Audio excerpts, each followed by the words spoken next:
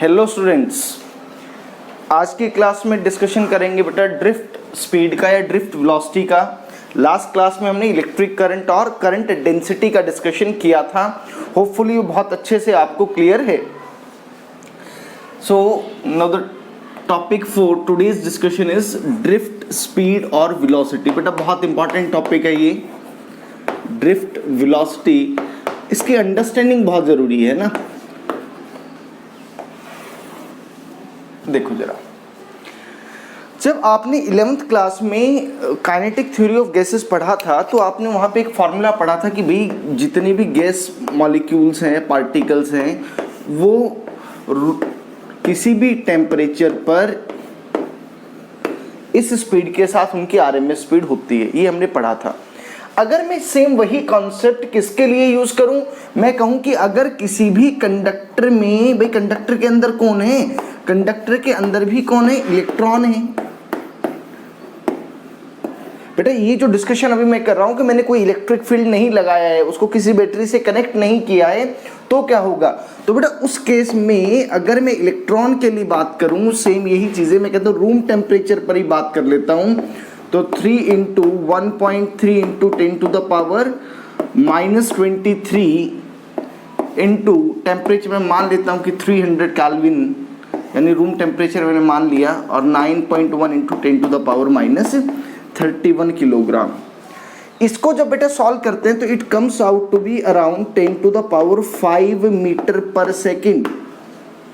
इसका मतलब क्या हुआ, इसका मतलब ये हुआ कि रूम टेम्परेचर के ऊपर भी जब आपने कोई इलेक्ट्रिक फील्ड नहीं लगाया हुआ है तो उस कंडीशन में भी जो इलेक्ट्रॉन्स है कंडक्टर के अंदर वो 10 टू द पावर 5 मीटर पर सेकंड के ऑर्डर में क्या कर रहे हैं, मूव कर रहे हैं, उनका मोशन हो रहा है, माने कि वो रेस्ट पर नहीं है। एक बात तो ये हो गई। लेकिन सर अब उनका जो मोशन है, मोशन कैसे होगा ना, कि सर अगर ऐसा ही है कि इलेक्ट्रॉन्स अगर मूव ही कर रहे हैं फिर तो इलेक्ट्रिक करंट आ ही जाना चाहिए, लेकिन ऐसा तो होता नहीं है। बेटा प्रॉब्लम क्या है कि ये जो रूम टेम्परेचर के ऊपर जो मोशन है इलेक्ट्रॉन्स का, the motion of electrons, the motion of electrons in absence of electric field, in absence of electric field, तो वो जो इस स्पीड से हो रहा है इज वेरी रैंडम।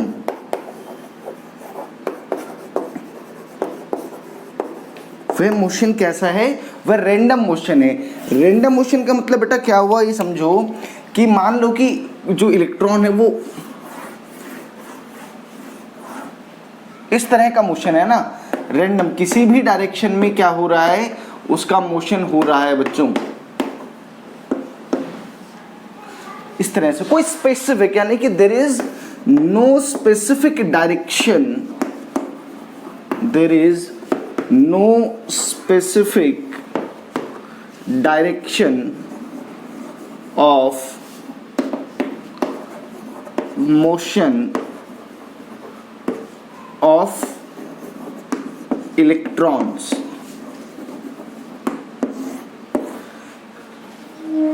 यानी कि अगर मैं बात करूं जब आपने इलेक्ट्रिक फील्ड नहीं लगाया तो कोई रैंडम उसका क्या है, मोशन हो रहा है, कोई स्पेसिफिक डायरेक्शन है नहीं। मैं कहूं कि भाई अगर मैं किसी भी पार्ट, ये लो मैं ये डिसाइड कर लेता हूं इस क्रॉस सेक्शन से के थ्रू मैं इलेक्ट्रॉन्स का मोशन देखता हूं। So through any cross section, through any cross section, मान लो कि मैं इसी क्रॉस सेक्शन की बात कर लूं तो जितने नंबर ऑफ इलेक्ट्रॉन्स राइट की तरफ गए होंगे उतने ही नंबर ऑफ इलेक्ट्रॉन्स लेफ्ट की तरफ आ गए होंगे।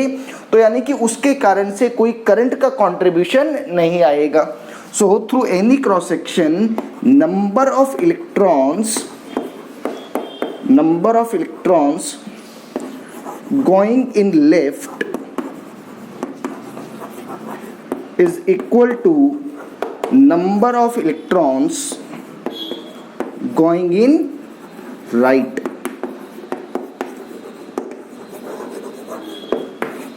जितने नंबर ऑफ इलेक्ट्रॉन्स लेफ्ट की तरफ गए होंगे उतने ही नंबर ऑफ इलेक्ट्रॉन्स राइट की तरफ आ गए होंगे। तो बेटा अगर ऐसा हो गया कि जितने नंबर ऑफ इलेक्ट्रॉन्स इधर गए उतने ही इधर आ गए, तो आप देखोगे there is no net current, there is no net current.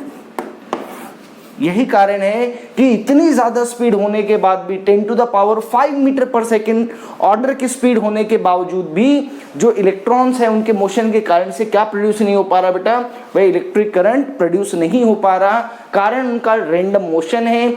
अब बेटा जब ये रैंडम मोशन कर रहे होंगे तो ये इनका कोलिजन भी हो रहा होगा। वो कोलिजन किसके साथ हो रहा होगा, वो इलेक्ट्रॉन का इलेक्ट्रॉन के साथ भी हो सकता है, और जो स्टेशनरी मेटल आयंस है या आप ये मान लो जो स्टेशनरी एटम्स जो रहेंगे उनके साथ भी इनका रैंडम कोलिजन रहेगा। ठीक है बेटा। सो ये तो बात हुई किसके बारे में, जब आपने इलेक्ट्रिक फील्ड नहीं लगाया था तो इस तरह का मोशन था, इतनी ज़्यादा स्पीड होने के बावजूद भी क्या नहीं है बेटा, यहाँ पे इनमें कोई करंट नहीं है इस कंडीशन में। ठीक है। अब हम बात करते हैं कि हम कोई इलेक्ट्रिक फील्ड लगा दे तो क्या होगा सर। देखो अब ये इंपॉर्टेंट कॉन्सेप्ट है बेटा ड्रिफ्ट स्पीड का या ड्रिफ्ट वेलोसिटी का। देखो भी अब जरा ये सोचो कि होगा क्या। अब जब आप इलेक्ट्रिक फील्ड अप्लाई कर दोगे, माने आप जब बैटरी से कनेक्ट कर दोगे तो क्या होने वाला है ये समझो।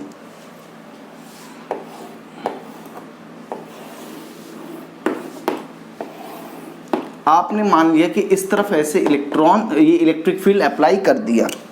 भाई इलेक्ट्रिक फील्ड जब आप अप्लाई करोगे तो इसके अंदर जो नेगेटिव चार्जेस हैं उन नेगेटिव चार्जेस पर इस डायरेक्शन में फोर्स लगनी शुरू हो जाएगी।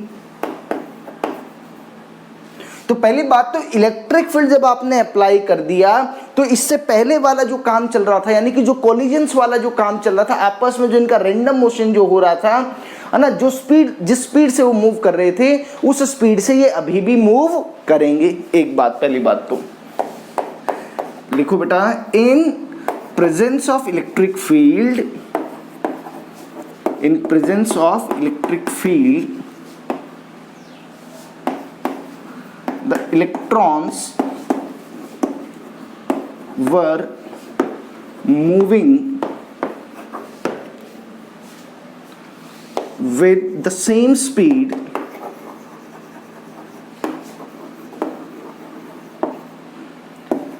as इनिशियली का क्या मतलब हुआ बेटा कि वो जो 10 to the power 5 metre per second वाला जो ऑर्डर था वो वाला जो कंपोनेंट है उससे तो मूव कर ही रहे होंगे, उसमें तो कोई चेंज नहीं आएगा। लेकिन अब क्या हुआ, but this time electrons experiences an electric force, वो एक इलेक्ट्रिक फोर्स एक्सपीरियंस करेंगे बेटा, electric force which is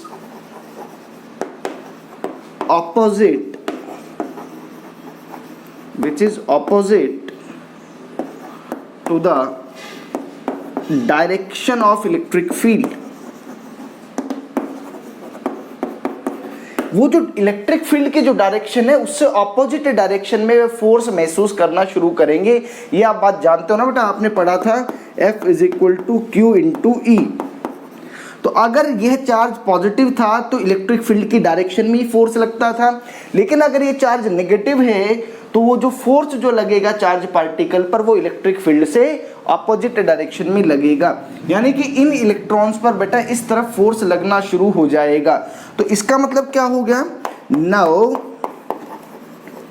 electrons start to drift in a direction opposite to electric field।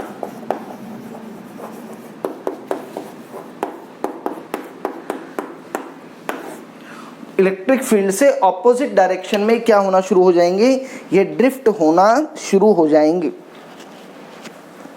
अब ऐसा नहीं होगा कि बहुत ज़्यादा स्पीड से ये क्या करेंगे, मूव करेंगे। अब देखो एक्चुअल में होगा क्या, ये समझाने की कोशिश करता हूँ बेटा, कि मान लो कि पहले ऐसे हो रहा था, पहले वो जहां से चले थे अल्टीमेटली उसी इनिशियल पोजीशन पर आ गए थे। अब जरा सोचो, जब इस पर क्या लग रहा होगा बेटा, एक इलेक्ट्रिक फोर्स लग रहा होगा, तो उस केस में क्या होगा कि अब जो इनका जो अल्टीमेटली जब लास्ट में आके मिलेगा कहीं पे, तो उसके बीच में इसके बीच में कुछ ड्रिफ्ट रह जाएगा, कुछ डिस्टेंस रह जाएगा। यानी कि अल्टीमेटली जब आपने इलेक्ट्रिक फील्ड लगा दिया है तो इस बार क्या होगा, कुछ एक नेट चार्ज का फ्लो होने वाला है। जब नेट चार्ज का फ्लो होगा तो इसका मतलब वहां पर क्या आ जाएगा, करंट आ जाएगा। सो इस टाइम पे क्या होगा, ड्रिफ्ट आ गया इसमें, which results in there is some net flow of charge।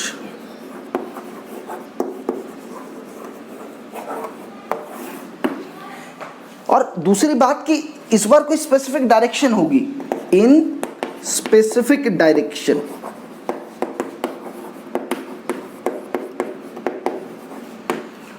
एक स्पेसिफिक डायरेक्शन में होगी। दूसरी बात बेटा, ये जो ड्रिफ्ट स्पीड जो आएगी आपकी, इस बार मैं ड्रिफ्ट स्पीड बोल रहा हूँ उसको, ये अप्रॉक्सीमेटली बहुत ज़्यादा नहीं होगी। आप जरा सोचो, ये 10⁻⁻⁴ मीटर पर सेकेंड की ऑर्डर की होगी। बोलो क्लियर है क्या सभी को कि भाई ये जो इस बार बेटा ये जो ड्रिफ्ट की जो स्पीड आएगी वो 10⁻⁻⁴ मीटर पर सेकेंड इस ऑर्डर की आने वाली है। बट इस बार एक फायदा ये हो गया कि कुछ नेट फ्लो ऑफ चार्ज होगा, कुछ नेट करंट यहां पर आ रहा होगा। नोट करो बेटा जल्दी से।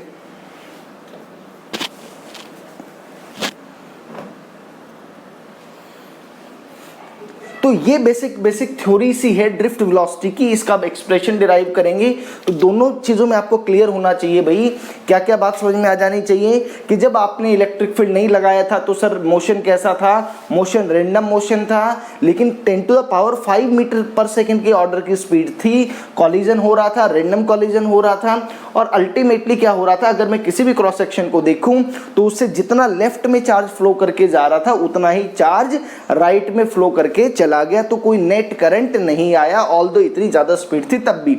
लेकिन जब मैंने इलेक्ट्रिक फील्ड अप्लाई कर दिया तो वो जो रैंडम मोशन पहले चल रहा था वो तो अभी भी चल ही रहा है, लेकिन इस बार कुछ रिस्ट्रिक्शन हो गई।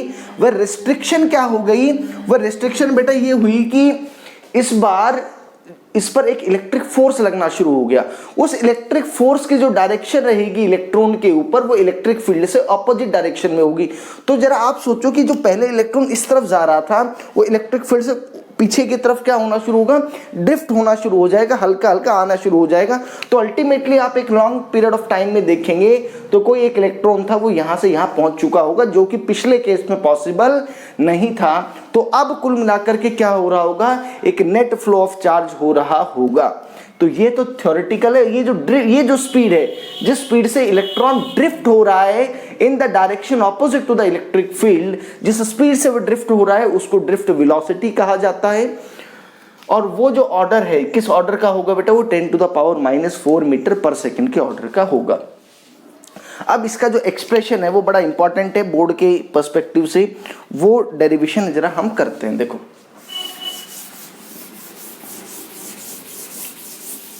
आज बहुत छोटी छोटी टर्म्स, कुछ टर्म्स रहेंगी जो बहुत इंपॉर्टेंट है।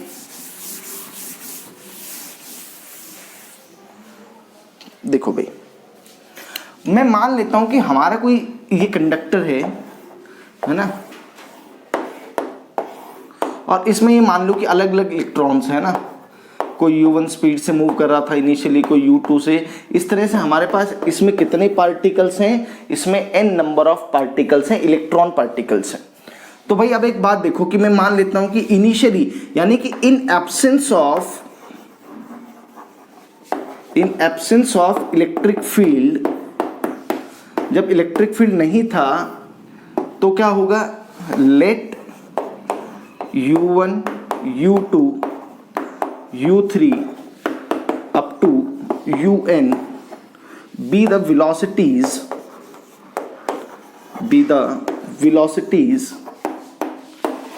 of the electrons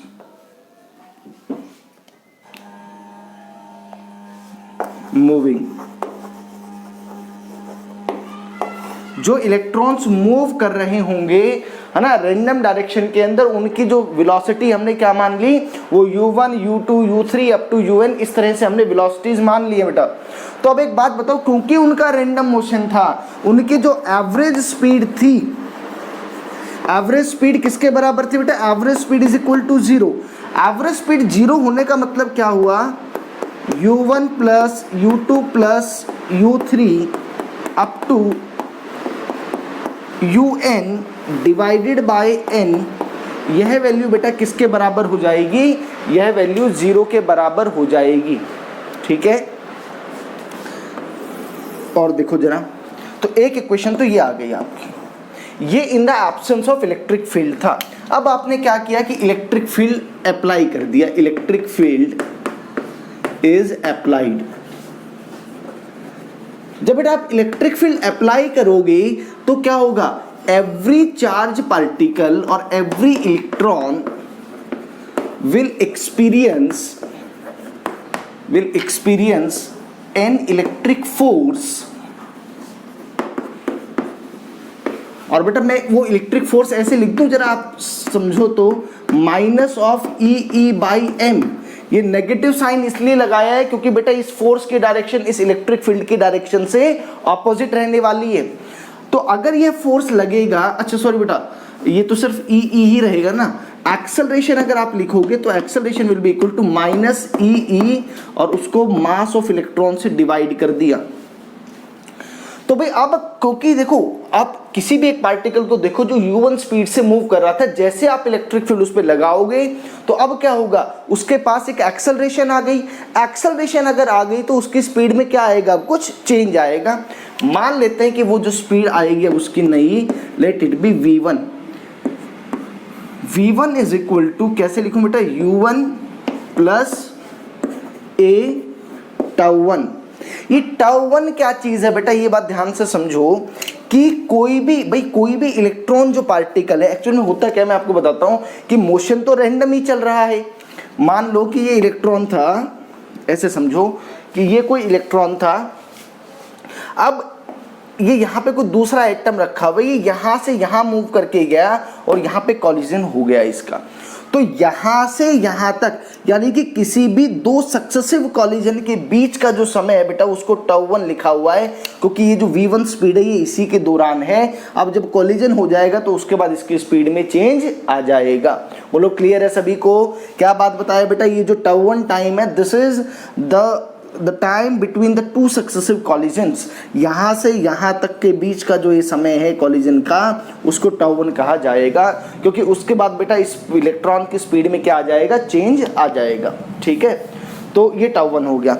इसी तरह से बेटा जो अलग अलग पार्टिकल्स हैं, मान लो v2 है, उसको आप ऐसे लिख दोगे u2 plus a τ2 and so on up to जो nth पार्टिकल होगा उसके लिए आप कैसे लिखोगे, un plus a τn। This derivation is very important, मतलब आपको थोड़ा सा फील भी आएगा ड्रिफ्ट वेलोसिटी का कि ये चीज आई कैसे है, और दूसरा बोर्ड के एग्जाम के पर्सपेक्टिव से this is very important derivation. तो भाई अब एक बात बताओ, अब मैं अगर यहाँ से एवरेज वैल्यू निकालता हूँ v1 plus v2 plus up to vn divided by n, तो भाई इसको मैंने किससे डिनोट कर दिया, मैं इसको vd से डिनोट कर देता हूं। इस vd का मतलब यह हो गया कि यह ड्रिफ्ट स्पीड है। इस vd का मतलब क्या हो गया बेटा, this is the average speed. ये जो एवरेज स्पीड जो आई पूरी की पूरी, इसको मैंने ड्रिफ्ट स्पीड बोल दिया बेटा। ठीक है, अब जरा उसको और आगे सिंप्लीफाई करते हैं।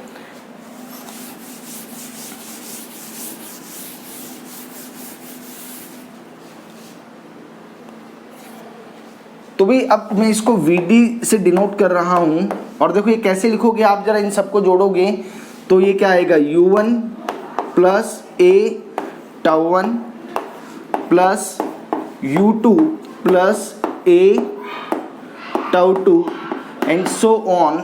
और बेटा आप nth टर्म तक जब आप ऐड करेंगे इनको तो आपको ऐसे लिखना पड़ेगा, और बेटा इस पूरे टर्म को आप डिवाइड करेंगे किससे, n से। तो अब देखो और जरा ध्यान से देखो बेटा, u1 plus u2 plus up to un divided by n। एक टर्म तो यह आ गई और एक टर्म बेटा क्या आ रही है, ध्यान से देखो कि a तो यहाँ कॉमन है, tau 1 plus tau 2 up to tau n divided by n। आपने जो इक्वेशन नंबर 1 लिखी थी, ध्यान से देखो बेटा, इक्वेशन नंबर 1 की मदद से यह वैल्यू जो है, ये वाला जो फैक्टर है, ये तो किसके बराबर आ गया, ये तो 0 के बराबर आ गया, क्योंकि दिस इज द रैंडम, जो ये क्या थी, एवरेज रैंडम वेलोसिटी थी, which is comes out to be 0, तो vd will be equal to, ये तो 0 हो गया भाई। अच्छा, ये जो एक्सेलरेशन है बेटा, हर जगह हमने, हाँ चलो ठीक है, प्लस a बेटा, ये जो है ये एवरेज, ये क्या हो गया, एवरेज टाइम हो गया किन्हीं भी दो कॉलिजन्स के बीच का, तो मैंने इसको टाउ से लिख दिया। इसको बेटा रिलैक्सेशन टाइम भी कहा जाता है, रिलैक्सेशन टाइम टाउ कहा जाता है। तो भाई यहाँ से क्या लिख दिया आपने, Vd इज इक्वल टू, बेटा अभी ये जो a का जो वैल्यू है वो क्या है, माइनस ई बाई एम, वो मैं यहाँ सब्सटीट्यूट कर देता हूँ, minus E by M into tau. This is the expression for drift velocity और the drift speed। बोलो बच्चा क्लियर है क्या? अब जरा और थोड़ा सा बताएंगे क्या चीज़ है, आप एक बार नोट करो, जल्दी से नोट कर लो।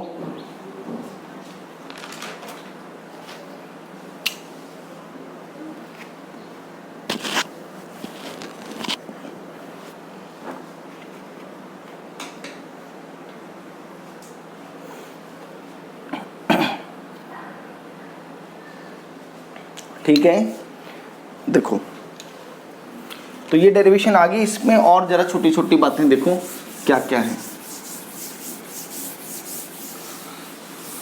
तो बेटा ये जो टाउ है, ये तो क्या है, रिलैक्सेशन टाइम। रिलैक्सेशन टाइम को कैसे डिफाइन करोगे,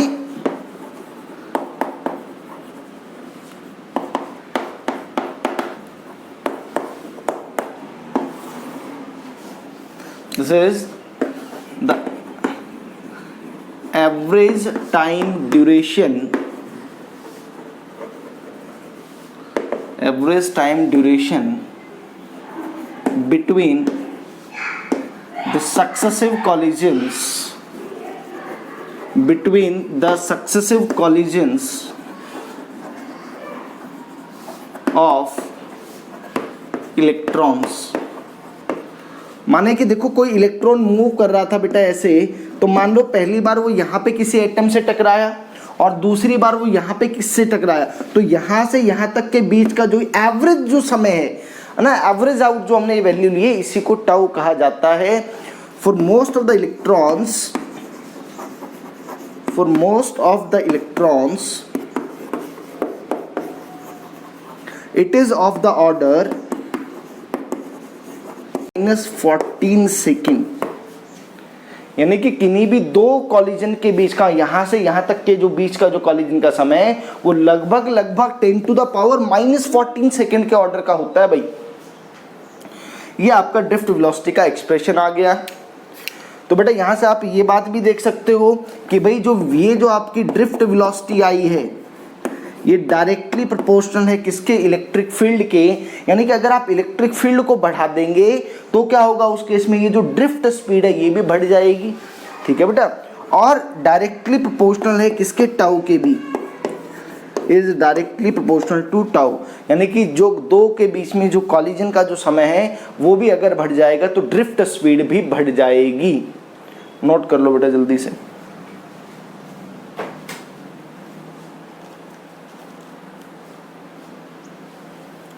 जल्दी से नोट करो। तो बेटा ये ड्रिफ्ट वेलोसिटी का डेरिवेशन है, इंपॉर्टेंट डेरिवेशन है ये।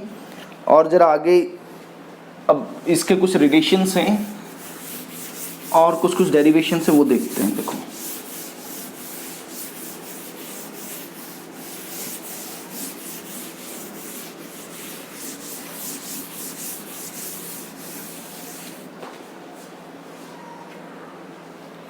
next is relation between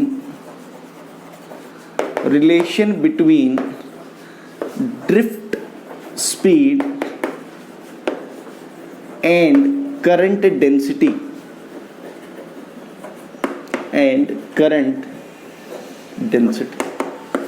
ऐसे देखो भाई, ये तो बात समझ में आ गया कि सर कंडक्टर के अंदर जो करंट जो मूव कर रहा होगा वो तो किस स्पीड से मूव कर रहा होगा, वह ड्रिफ्ट स्पीड से मूव कर रहा होगा।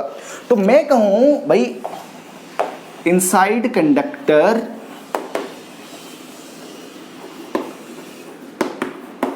इलेक्ट्रॉन्स आर मूविंग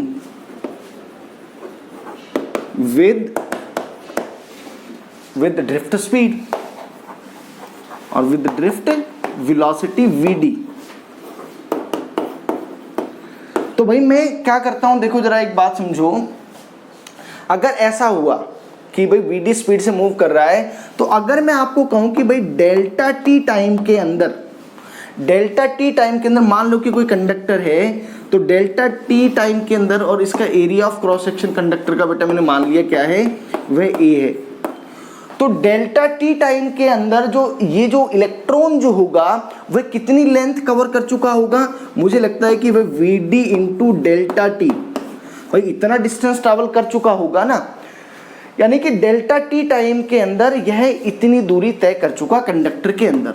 मैं बस कंडक्टर का इतना ही क्रॉस सेक्शन कंसीडर कर लेता हूं। ये जो आपने कंडक्टर लिया, इसकी अपनी एक property that is n is number of electrons per unit volume,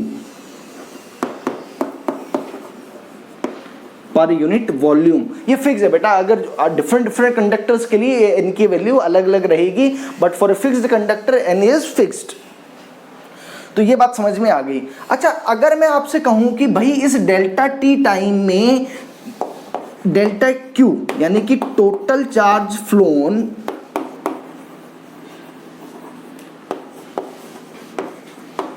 through conductor in delta T time, इस डेल्टा टी टाइम में टोटल कितना चार्ज फ्लो करके क्या होगा, ध्यान से देखना बेटा। भाई इलेक्ट्रॉन पर चार्ज तो E है, ठीक है, number of electrons per unit volume n है, यानी कि टोटल चार्ज निकालने के लिए भाई आपको क्या करना पड़ेगा, n को मल्टीप्लाई करना पड़ेगा वॉल्यूम के साथ। और वॉल्यूम ऑफ द कंडक्टर कितना है, area of cross section into उसकी जो भी लेंथ है। तो भाई एरिया ऑफ क्रॉस सेक्शन यहाँ पर जो है आपका वह तो a है, और बेटा ये जो इसकी लंबाई है वो है vd into delta T. Very important expression, delta Q is equal to ENA vd into delta T. ठीक है भाई, अब मैं थोड़ा सा मैथमेटिकल ऑपरेशंस करता हूँ, इसे डेल्टा टी को इधर ले आता हूँ, तो delta Q by delta T is equal to EAN VD। ये delta Q by delta T क्या चीज है बेटा, एवरेज करंट। ये क्या चीज है, average current. So I is equal to NEA VD। एक रिलेशन, तो ये बहुत इंपॉर्टेंट रिलेशन आ गया बेटा आपके पास। This is the relation between the drift velocity and the electric current. एक रिजल्ट, हमें करंट डेंसिटी चाहिए, तो भाई मैं क्या करता हूं, इस A को इधर ले आता हूं। तो भाई जब आप A को इस तरफ ले आइए तो क्या बन गया, I बाई ए कल की क्लास में पढ़ा था, इट इज करंट डेंसिटी, जिसको हमने J से लिखा था। तो J is equal to NEVD। Again a very important result. This is the relation between drift velocity and current density. ये जो relation है, this is relation between current and drift velocity. ये वाला जो result आया बेटा, this is relation between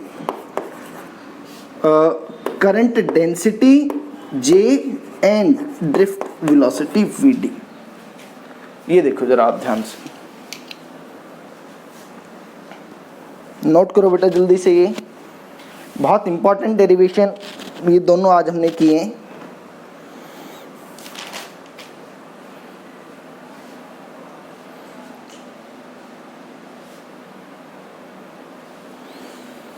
ठीक है बेटा, और देखो आगे जरा, ये मैं रब करता हूँ और डेरिवेशन देखते हैं जरा।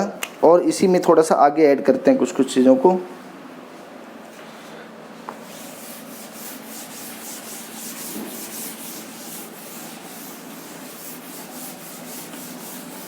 ये दो रिजल्ट्स की अभी ज़रूरत पड़ेगी आगे जो मैं डेरिवेशन कर रहा हूँ उसमें।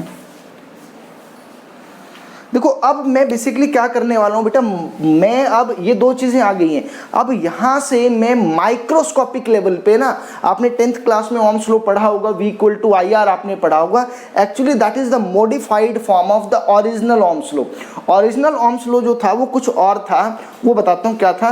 यानी कि मैं इसको ऐसा भी बोल सकता हूँ बेटा कि this Ohm's law at microscopic level.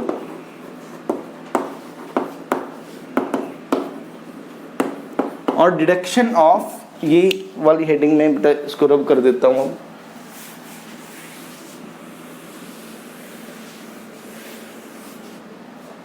ये दो रिजल्ट मैं लिखे रखता हूँ, काम आएंगे अभी। देखो बेटा कैसे लेके आते हैं इस रिजल्ट को। भाई ड्रिफ्ट वेलोसिटी का फॉर्मूला बेटा हमने पढ़ा था, VD इज इक्वल टू, याद करो अभी जस्ट अभी हमने लिखा था VD इज इक्वल टू बेटा क्या लिखा था, E मैं सिर्फ मैग्नीट्यूड लिख रहा हूँ बेटा, वो नेगेटिव साइन वाला फैक्टर हटा दे रहा हूँ, मुझे उसकी अभी जरूरत नहीं है। तो बेटा हमने क्या लिखा था, ड्रिफ्ट वेलोसिटी को लिखा था E टाउ बाय m, यह हमने ड्रिफ्ट वेलोसिटी लिख दी थी। क्लियर है ये बात। अब मुझे एक बात बताओ कि यहाँ पर ये वाला जो फैक्टर आया था, ये देखो, या करंट डेंसिटी वाला देख लो कोई भी, कि I is equal to NEA, और बेटा ये जो VD है, इस VD की जगह मैं ये सब्स्टिट्यूट कर देता हूँ E टाउ बाय m, ऐसा मैंने लिख दिया।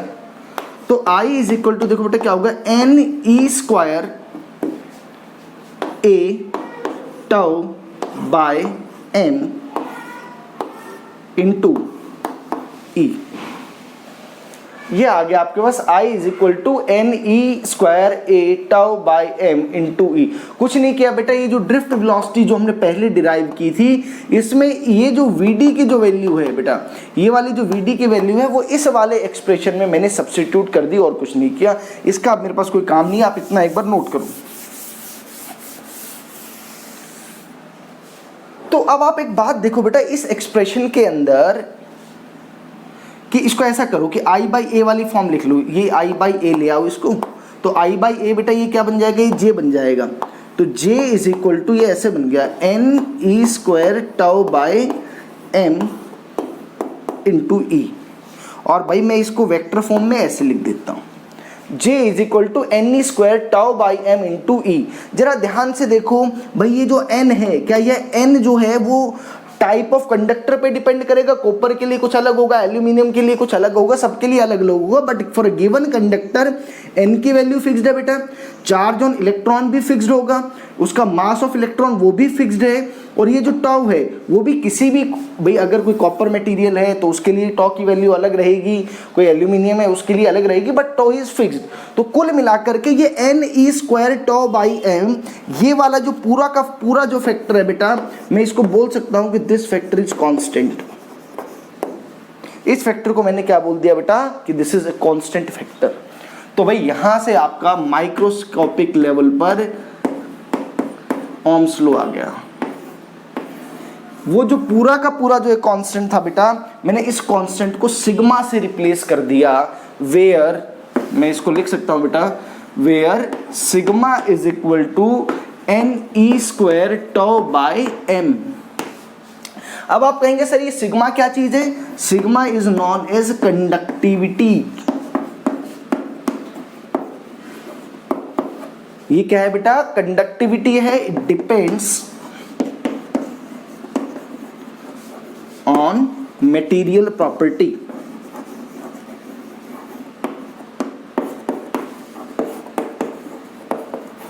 जो प्रॉपर्टी है उसके जो मटेरियल है बेटा उसकी प्रॉपर्टी पे डिपेंड करेगा। Higher the conductivity, higher the conductivity, यानी कि कंडक्टिविटी की वैल्यू बेटा जितनी ज्यादा होगी, इसका मतलब वहां पर चार्ज का फ्लो करना उतना ही आसान होगा।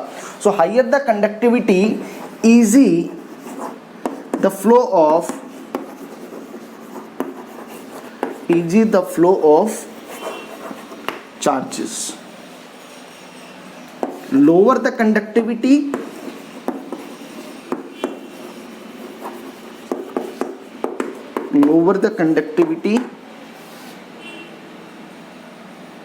difficult is the flow of charge.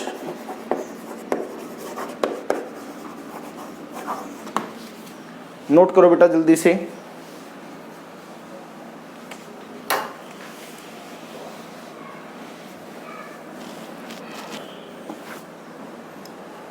करो बेटा करो, जल्दी से नोट करो। देखो बेटा आगे, तो यानी कि ये हमने एक नई टर्म इंट्रोड्यूस कर दी बेटा। एक तो ये फॉर्म आ गई है कि J is equal to sigma E. ये जो है this is also result between electric field and current density, but actually this is the Ohm's law. जो ओरिजिनल फॉर्म थी ओम्स साहब की, वो यही फॉर्म थी, J is equal to sigma E. अब आपने जो फॉर्म पढ़ी है वो भी लेके आते हैं, वो देखो कैसे लेकर करके आएंगे। तो एक बात यहाँ से देखो कि अभी आपने बेटा क्या लिखा कि sigma is equal to N E square tau by M. यहाँ से मैं एक और टर्म, ये तो मैंने कहा था ये कंडक्टिविटी है बेटा, एक और टर्म रहेगी that is resistivity which is equal to the reciprocal of conductivity. तो बेटा उसको मैं ऐसे लिख दूंगा m upon N E square tau. ठीक है,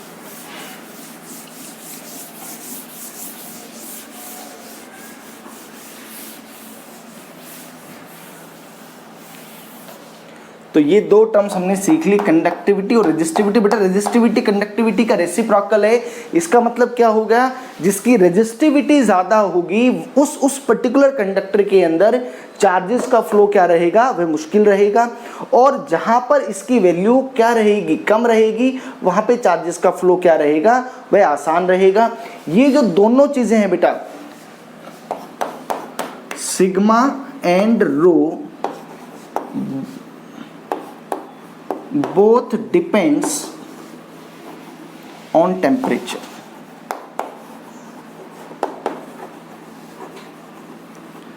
and they does not depend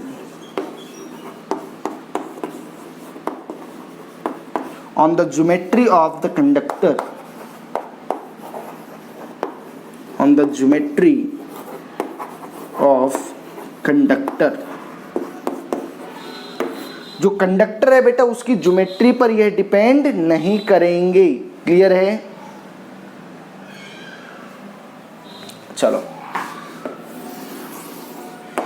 तो यहां पे चलो एक बात और भी देख लेते हैं साथ साथ बेटा, ये इस पर बहुत बार काम आएगा कि रो, यहां से देखो बेटा, rho is inversely proportional to tau. ये बात ध्यान से देखो आप, क्योंकि m कांस्टेंट है, n और e स्क्वायर ये सब कांस्टेंट है, तो यहां से एक रिजल्ट ये आया कि जो रेजिस्टिविटी है वो inversely proportional to tau. Tau बेटा क्या चीज था, ध्यान से देखने की कोशिश करो, ये रिलैक्सेशन टाइम था, यानी कि ये क्या था, टाइम बिटवीन टू कॉलिजन्स और टाइम बिटवीन सक्सेसिव कॉलिजन्स।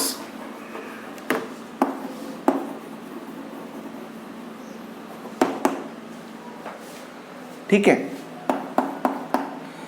तो यानी कि अगर क्या होगा बेटा, इफ टाउ इज इंक्रीज्ड, अगर आप टाउ को बढ़ाओगे, बढ़ाने का मतलब कि कॉलिजन का समय आपने बढ़ा दिया, तो बेटा उस केस में जो ये रेजिस्टिविटी है इसकी वैल्यू क्या हो जाएगी, rho decreases, and if tau is decreased, density resistivity increases. यानी कि जितना जल्दी कॉलिजन हो रहा होगा वहां पर जो है बेटा उसका रेजिस्टेंस बढ़ जाएगा। तो आपने एक बात सुनी होगी, इफ टेम्परेचर इज इंक्रीज्ड, ये आपने बात पढ़ी होगी है ना, is increased then resistivity, 10th class में पढ़ी होगी, और रेजिस्टेंस ऑफ कंडक्टर अगर बढ़ाओगे, टेम्परेचर आपने बढ़ाया तो बेटा उस केस में क्या होगा, रेजिस्टेंस भी बढ़ जाएगा। अब उसको जरा मैं इस ये जो आपने अभी जो ये फंडा जो पढ़ा है इसके बेसिस पे इसको एक्सप्लेन करता हूं, जरा समझो। अगर आप टेम्परेचर बढ़ाओगे तो बेटा टेम्परेचर बढ़ने से क्या होगा कि अब कॉलिजन पहले से ज़्यादा हो रहे होंगे, पहले से ज़्यादा कॉलिजन हो रहे होंगे। और सोचो कि पहले पार्टिकल यहाँ से यहाँ पहुँचने में 1 सेकंड लगा रहा था, तो अब वो जो समय वो 1 सेकंड से क्या हुआ, कम की ज़्यादा, मुझे लगता है कि वह समय पहले से क्या हो गया, कम हो गया। कम होने का मतलब ये जो रिलैक्सेशन टाइम है बेटा, वह रिलैक्सेशन टाइम आपका क्या हो गया, घट गया। और रिलैक्सेशन टाइम अगर घट गया तो उसकी रेजिस्टिविटी बढ़ गई, उसका रेजिस्टेंस बढ़ गया। So this is how we relate the time of relaxation with the temperature और विद द रेजिस्टिविटी। ठीक है, तो ये बात आपको ध्यान रखना है कि अगर कोई कहे कि यार माइक्रोस्कोपिक लेवल पे बताओ कि टेम्परेचर बढ़ाने से आपका रेजिस्टेंस क्यों बढ़ जाता है, तो हम कहेंगे भाई टेम्परेचर बढ़ेगा तो टेम्परेचर बढ़ेगा तो टाइम जो इसका रिलैक्सेशन टाइम है वो क्या हो जाएगा, वह घट जाएगा। और जो रेजिस्टिविटी है वह इन्वर्सली प्रोपोर्शनल है इसके, तो वह बढ़ जाएगी, वह बढ़ जाएगी तो रेजिस्टेंस भी बढ़ जाएगा। क्लियर है बेटा। अब मैं तुम्हें लेकर जाता हूं जो फॉर्म तुम ओम्स लॉ के बहुत अच्छे से जानते हो, V = IR, उस फॉर्मेट में आपको डेरिवेशन करवाता हूं। जो हमने रिजल्ट जो अभी डिराइव किया था माइक्रोस्कोपिक फॉर्म पे, उसी की मदद से वो रिजल्ट डिराइव करते हैं। देखो भाई, यानी कि ओम्स लॉ, कौन से वाला ओम्स लॉ याद है सभी को, V = IR वाला फॉर्म। बेटा एक बात ध्यान रखना कि ये बिल्कुल सत्य बात है, लेकिन इसके लिए कंडीशन है कि एक यहाँ पे क्या होना चाहिए, कांस्टेंट टेम्परेचर होना चाहिए। बहुत बढ़िया बढ़िया चीज़ें आज की जो ये चैप्टर है अपना, इस चैप्टर में हम सीखने वाले हैं। देखो ये मान लो बेटा, ये कोई कंडक्टर हमने लिया, इसका लेंथ L है और भाई इसका जो एरिया ऑफ क्रॉस सेक्शन है वह area of cross section A है। इसको किसी बैटरी के साथ कनेक्ट कर दिया ताकि इलेक्ट्रिक फील्ड इसको मिल जाए, और वह बैटरी V वोल्ट की है। ठीक है भाई। तो अब एक बात देखो कि आपने एक चीज़ लिखी थी बेटा, मैं इस फॉर्म में आना चाहता हूँ, ध्यान रखना। और हमने लिखा क्या था, J = सिग्मा E। आप याद करो बेटा, आपने E को कैसे लिखा था, V/L। अगर आप पोटेंशियल को और इसको रिलेट करना चाहते हो, आपने पढ़ा था ना इलेक्ट्रोस्टैटिक में, E = -dV/dL, तो ये हो गया भाई। और J को क्या लिख दिया मैं, J को I/A लिख दिया, और भाई मैं इसको 1/ρ लिख सकता हूँ, E को मैं V/L लिख सकता हूँ। थोड़ा सा फील करो कि कैसे वो जो रिजल्ट आप V = IR है वह कैसे आप बेसिक वाले फॉर्म से लेकर के आए हैं। तो भाई मैं इसको यहाँ से ऐसे लिख रहा हूँ, V = बाकी सबको इस तरफ भेज देता हूँ, I मुझे यहाँ चाहिए होगा, ये हो गया बेटा ρL/A। देखो जरा ध्यान से, V = ρL/A इस फॉर्म में आ गया। रो भी क्या चीज़ है, वो कांस्टेंट है भी किसी कंडक्टर की, L भी कांस्टेंट रखा हुआ और A भी कांस्टेंट रखा हुआ। मैं इस टर्म को किससे रिप्लेस कर देता हूँ, R से। V = क्या आ गया भाई, I × R। लेकिन एक बात ध्यान रखना कि ये सारी की सारी बातें मैं कहाँ कर रहा हूँ, टेम्परेचर कांस्टेंट पे, क्योंकि अभी आपको मैंने बताया कि टेम्परेचर अगर वेरी करेगा तो रो वेरी कर जाएगा बेटा, और रो वेरी करेगा तो फिर ये जो रिजल्ट जो अभी हमने पढ़ा है यह रिजल्ट गलत हो जाएगा। ठीक है, तो यानी कि बेटा इसका मतलब क्या हुआ, ओम्स लॉ का मतलब क्या। अच्छा, ये एक टर्म आई है R, ये जो R जो है, ये R क्या चीज है, R is known as resistance, R is known as resistance of conductor, R is known as resistance of conductor. और बेटा इसको कैसे लिखा है, R = ρL/A, R = ρL/A। अभी मैं इस पे कोई डिस्कशन नहीं कर रहा हूँ रेजिस्टेंस के ऊपर, अभी इसको सेपरेटली डिस्कस करेंगे, अभी मैं इस पे फोकस कर रहा हूँ। This is a very important row कि V = IR where R is constant which is known as resistance. तो भाई अभी इसके ऊपर जरा बात करें, ये क्या कहता है, अकॉर्डिंग टू ओम्स लॉ। देखो ये ओम्स लॉ का ही आया result. according to Ohm's law, current flowing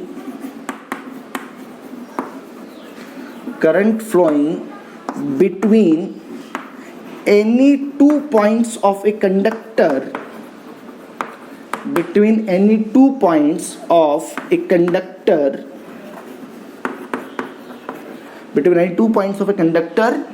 is directly proportional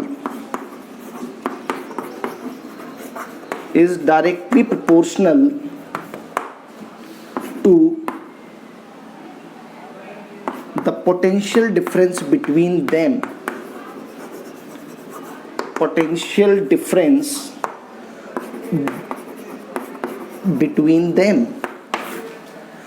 कह रहा है किन्हीं भी दो पॉइंट्स के बीच में जो इलेक्ट्रिक करंट फ्लो करेगा वह डायरेक्टली प्रोपोर्शनल होगा किसके, उन दोनों पॉइंट्स के बीच का जो पोटेंशियल डिफरेंस है। बहुत बुक्स में बेटा कई बार आपको ऐसा देखने को मिलेगा, वो कहेगा कि किन्हीं भी दो पॉइंट्स के बीच का जो पोटेंशियल डिफरेंस है वह डायरेक्टली प्रोपोर्शनल है करंट के। मैथमेटिकली दिखने में सही है बट वो गलत है, because current is a consequence of voltage, voltage is not a consequence of current. भाई पोटेंशियल डिफरेंस जब जनरेट होता है करंट तब फ्लो करता है, वैसे करंट के फ्लो करने से पोटेंशियल जनरेट बिटवीन देम। यहां पे एक लाइन और लिख लो, एट कांस्टेंट टेम्परेचर।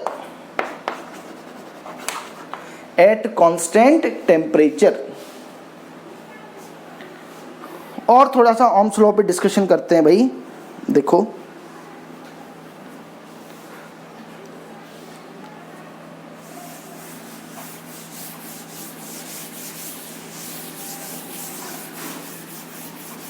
बेटा आप लोग साथ साथ क्या करते रहो, पेन कॉपी लेके नोट जरूर करते रहना, तो ही समझ में आएंगी चीजें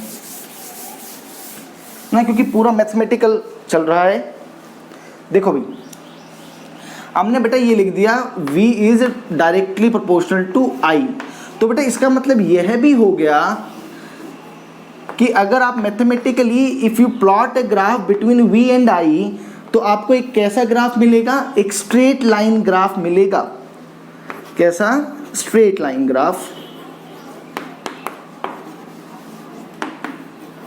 and it must passing through the origin. एक बात तो ये होगी। आप जरा एक बार ध्यान देखो बेटा कि एक्चुअल में ये जो ग्राफ है इसकी इक्वेशन है V is equal to RI, ऐसे समझो इसको आप। तो यानी कि इसको कंपेयर करो y is equal to mx वाली फॉर्मेट से, तो यानी कि यहां से क्या पता लग गया मुझे कि slope of VI graph represents slope of VI graph represents resistance. वह रेजिस्टेंस रिप्रेजेंट करेगा बेटा।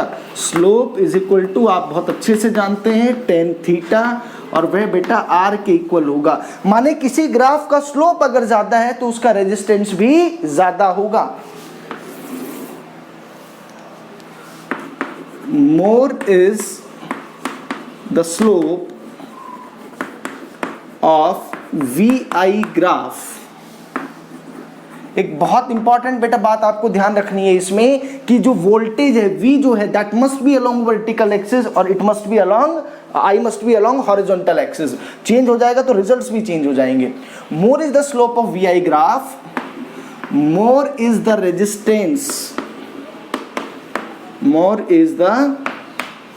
रेजिस्टेंस, उतना ही ज्यादा रेजिस्टेंस होगा। लेस इज द स्लोप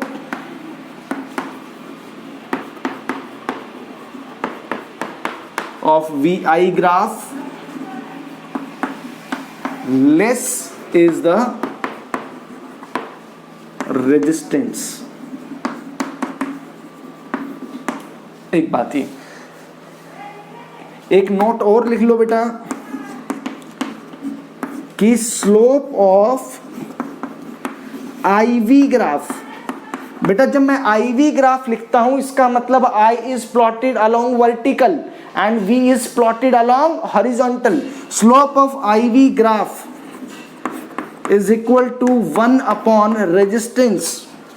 यानी कि अगर आपको कहीं पे बेटा क्या दे रखा है, IV ग्राफ दे रखा है, तो बेटा आपको क्या देखना है कि जिसका स्लोप कम होगा रेजिस्टेंस उसका ज्यादा होगा। है ना। तो इस केस में क्या होगा, less is slope, more is are,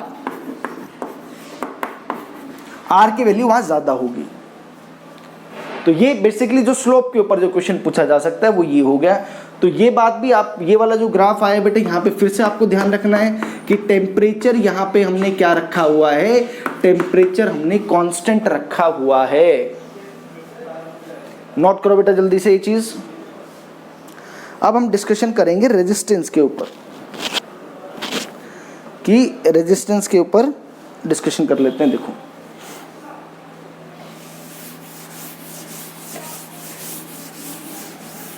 बेटा न्यूमेरिकल जो है वो सारे, अभी मैं थ्योरेटिकल पार्ट कवर कर रहा हूँ। इन द नेक्स्ट क्लास या कुछ क्वेश्चन शायद आज की क्लास में भी अगर टाइम रहा तो करेंगे, बट न्यूमेरिकल सारे इकट्ठे एक साथ डिस्कस करूँगा मैं इस पे ना। देखो मैंने एक टॉपिक वहाँ पे, जब मैं ओम्स लॉ डिराइव कर रहा था तो एक नई टर्म आपके लिए आई थी, ऑल्दो नई नहीं है आपके लिए, 10th क्लास में आपने पढ़ा हुआ है इसको, है ना। तो ये बेसिकली रेजिस्टेंस क्या चीज है, it is the opposition, it is the opposition offered by the conductor, by the conductor to the flow of charges। कह रहे कि कोई भी जो चार्ज फ्लो करेगा कंडक्टर के अंदर, उसको जो ऑपोजिशन है ना, उसको जो रुकावट जो पैदा कर रहा है उसको रेजिस्टेंस कहा जाता है। ये क्यों होगा बेटा, इट इज, पता होना चाहिए ना, it is due to the collision of moving electrons, collision of moving electrons with the वो कुछ भी हो सकता है बेटा, वो स्टेशनरी एटम हो सकता है, वे स्टेशनरी आयन हो सकता है, वे इलेक्ट्रॉन भी हो सकता है, with the stationary atom, with the stationary atom, और it might be ion, it might be another electron. इनके साथ बेटा जब वो कॉलिजन जब करता है तो क्या होगा, वो अपने रास्ते से क्या हो गया, रिवर्ट बैक हो जाता है। तो उसके कारण से वो क्या हो गया कि उसको रेजिस्टेंस ज़्यादा मिलना शुरू हो गया। तो वही ये कॉलिजन के कारण से रेजिस्टेंस का कंसेप्ट आता है। और डिस्कशन देखो इस पर, हमने क्या पढ़ा बेटा, आर इज इक्वल टू, ये डेरिवेशन हमने की थी, R is equal to rho L by A. ठीक है, तो अब देखो इसको एक्चुअल में कैसे डिफाइन करते हैं। कभी कोई एग्जाम में पूछे कि भाई रेजिस्टेंस क्या है, तो हम कैसे डिफाइन करेंगे कि sir resistance is directly proportional to length of the conductor. ठीक है, ये ऐसे लिखो, and resistance is inversely proportional to area of cross section. इन दोनों को जब आप कंबाइन करते हो, ऑल द मैं डिराइव कर चुका हूं बेटा, R is equal to L by A, और ये साइन ऑफ प्रोपोर्शनलिटी हटता है भाई, तो ये रो का साइन आ जाता है। यानी कि अगर लेंथ ऑफ कंडक्टर बढ़ेगा तो रेजिस्टेंस भी बढ़ेगा, अगर एरिया ऑफ क्रॉस सेक्शन कम होगा तो रेजिस्टेंस बढ़ेगा। Directly proportional to length and inversely proportional to area of cross section. बेटा जो सिंबल रहेगा रेजिस्टेंस का, symbol of resistance is something like that. जो भी रेजिस्टेंस की वैल्यू होगी उसको मैं यहाँ ऐसे लिख दूंगा। यहाँ पे ये तो अगर मैं बेटा इस तरह से लिखता हूँ ना, तो इसका मतलब जो रेजिस्टेंस है वो कांस्टेंट रेजिस्टेंस है, लेकिन कई बार आपको ऐसा कई जगह दिखा हुआ मिलेगा, इसका मतलब बेटा ये वेरिएबल रेजिस्टेंस है, वेरिएबल आर होगा ये, अगर इस टाइप से लिखा हुआ मिलता है तो आपको। ठीक है, अच्छा और बातें कर लो। It's SI unit, it's SI unit बेटा यहां से जरा मैं देखूं कि इसकी जो एसआई यूनिट आएगी किसकी, रेजिस्टेंस की, इज ओम, और ये भाई इसका सिंबल है, ये इसके एसआई यूनिट आ गई। ठीक है भाई, आप चाहो ठीक है इसको ऐसा ही लिख लो। अच्छा एक बात ये ध्यान रखना बेटा इसमें कि जो रेजिस्टिविटी है रो, एज मैं लिखवा भी चुका हूं, is independent of geometry of conductor,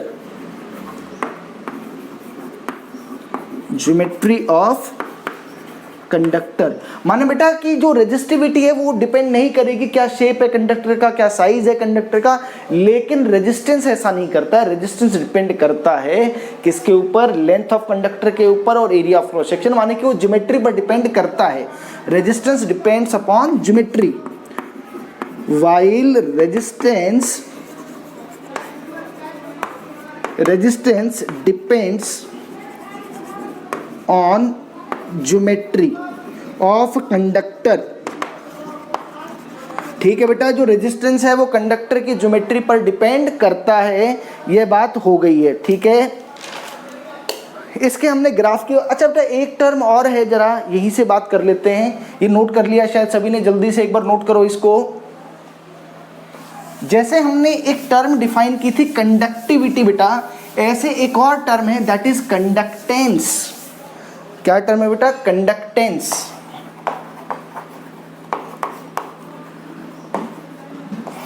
इसको जी से रिप्रेजेंट करेंगे। तो ये कंडक्टेंस क्या चीज है? इट इज रेसिप्रोकल ऑफ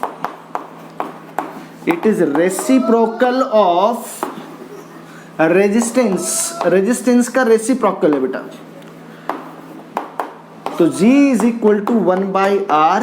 तो भाई इसकी जो SI यूनिट है, इट्स SI यूनिट इज, या तो बेटा मैं इसको क्या बोल दूं, ओम इनवर्स, या इसको मैं मो भी बोल देता हूं, MHO। तो बेटा इसका मतलब क्या हुआ कि जिसकी रेजिस्टिविटी तो ज्यादा है, इसका मतलब वहां पर, या जिसका रेजिस्टेंस ज्यादा है वहां पे चार्जेस का फ्लो थोड़ा मुश्किल रहेगा, और जहां पर कंडक्टेंस ज्यादा है इसका मतलब इजी फ्लो रहने वाला है। ठीक है बेटा, in the next class we are going to discuss the numericals based on it. इसमें जो भी न्यूमेरिकल्स होंगे वो करेंगे। थ्योरेटिकल पार्ट है, बहुत अच्छे से आप पढ़िएगा इसको, और एक बार एनसीईआरटी से रीडिंग जरूर कर लीजिएगा। ठीक है बेटा, थैंक यू।